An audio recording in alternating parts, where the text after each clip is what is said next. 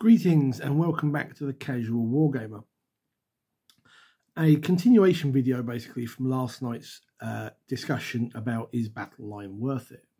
Today's topic, while a little bit of a clickbait, I suppose, title, is in regards to detachments. Now, a lot of the big YouTube channels have had their preview copies from Games Workshop of the new Tyranid Codex, and we've had quite a few good reviews. And if I say I'm a little bit disappointed, I am and I'm not. I spoke in yesterday's Battle Line video where I said that the game used to have a unit tax on your detachments, which was usually a character or two, 1, 3, 6 troop choices. You had to build that before you could take anything else. If you took an outrider detachment, then you had to have a character and like 2 or 3 fast attack options and things like that. And while that changed at the beginning of this year with the Arcs of Omen book, to basically go, have a HQ, have 3 of a particular thing that you want, and then the world's your oyster. You still there had the tax, because you still had to pick what you were playing and you still had to take that. But it was a lot more open for players to build the armies that they wanted to play. Along comes 10th edition. And 10th edition goes, you've got characters, you've got battle line, which is your old troop choices, then you've got everything else. And transports if you really want to split it up. But you don't have to take any of that. Other than a character to be your warlord, you don't have to take anything that you don't want to. And I was hoping that the new detachments in the codices would change that, and that they would take a page out of Age of Sigmar, which is something I often say, despite the similarities in recent editions. Now, I forget what they're called in Age of Sigmar, but there is a thing. I'm going to call them regiments or battalions, something like that. But there is a thing that basically goes, when you build your army, if you take one of these, you gain some sort of special rule. And that, let's call it battalion for sake of argument. And that might say you need a character and 2 battle line, your basic troop choices. And that might unlock something that, putting out of my hat, might go, you deploy your entire army first, but you get a bonus to trying to go first. Another one might be to have a mounted character and 2 to 3 mounted units, and you unlock this ability. I was seriously hoping that the non-generic detachments would include something like this. So if you wanted to play whatever the heck you wanted, you went for the basic invasion fleet.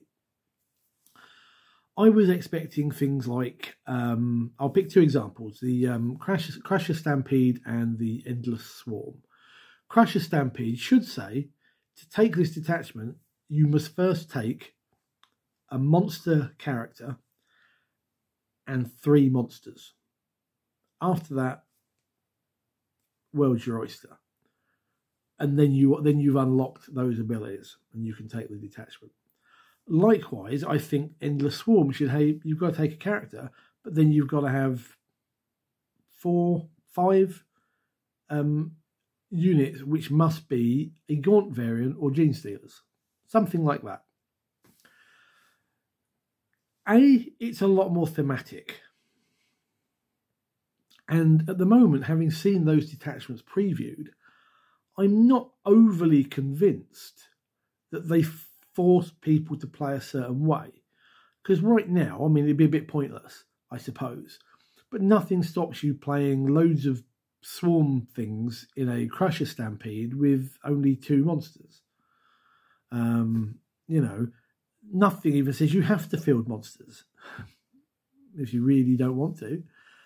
And I think the detachments should have come with some sort of restriction, some sort of minimum, call it a tax.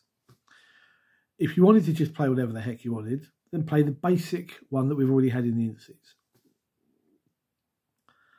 So to me, a little bit, the detachments that we have been shown for Codex Tyranids are a little bit disappointing.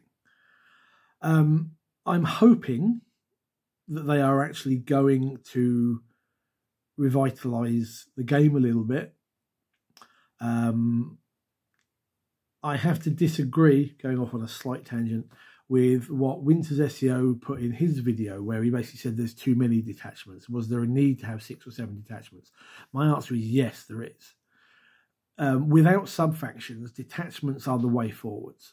And you want a good few of these. And I kind of hope, in a way, we get more in other material. And not things like White Dwarf and whatever. But I'm hoping that we get new detachments to add to it. Because I think under 10th edition, variety is the spice of life.